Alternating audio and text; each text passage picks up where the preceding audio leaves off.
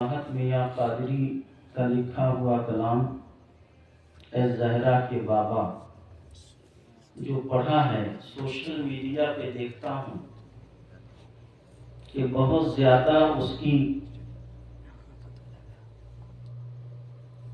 جم کر کے کچھ لوگ حمایت بھی کر رہے ہیں، کچھ مذمت کر رہے ہیں۔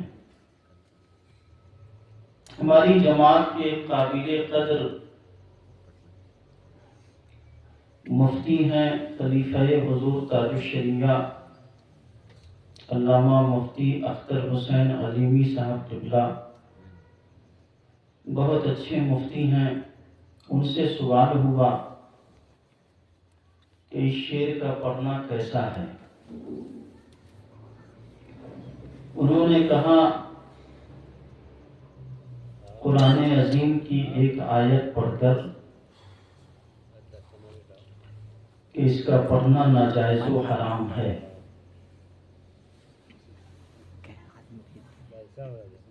لا تجعلوا دعاء الرسول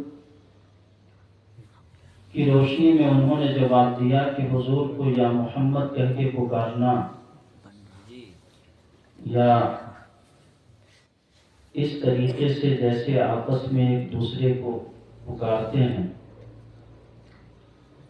یہ ناجائز و حرام ہے۔ واقعی آیت کلام ربانی جب موجود ہے تو کسی کو مجال انکار نہیں، لیکن سب سے بڑی بات یہ ہے کہ شاعری کے آداب و اصول ہیں، اور جو شاعر ہے وہی ان آداب و اصول سے واقف ہے۔ اسی لیے آج سے تقریباً 22 سال قبل مجھ سے میرے ایک دوست نے، جو میرے ہمدرس تھے، مفتی شہاب الدین تنہا مصباحی، انہوں نے مجھ سے کہا تھا کہ مجھے بھی کچھ شاعری کے رموز و آداب سکھا دیجیے۔ تو میں نے ان کو سکھانا شروع کیا تھا،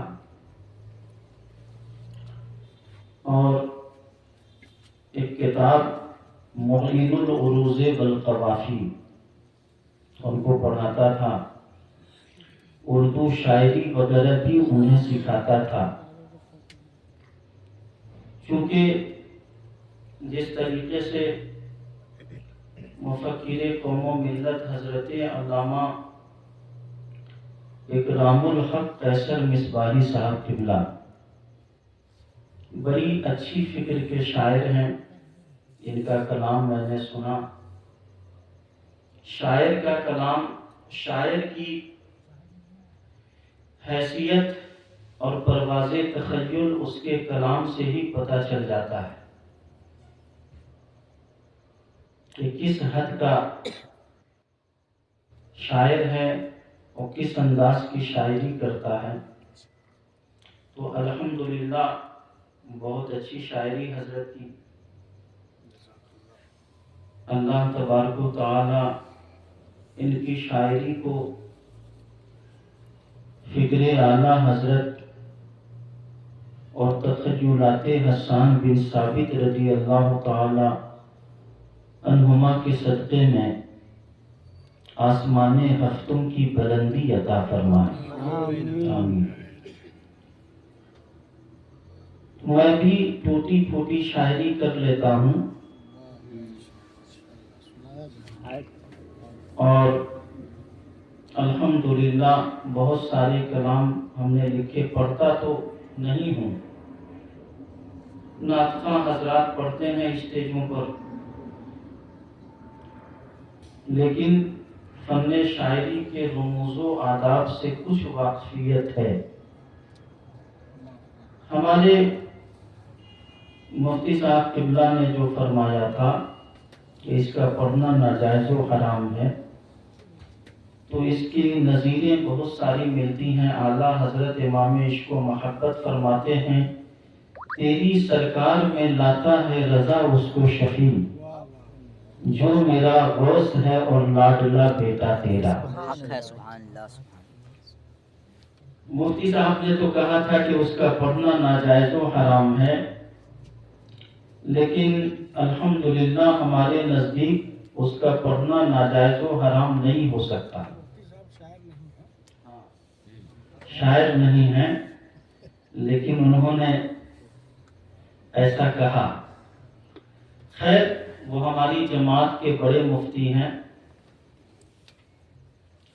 رہی بات یہ کہ بہت ساری نظیریں ہیں۔ دیکھیے، وہاں نبی کونین صلی اللہ علیہ وسلم کو کسی نے یا ابو القاسم کہا تو حضور اس کی طرف مخاطب ہوئے تو اس نے کہا کہ آپ کو نہیں کہا۔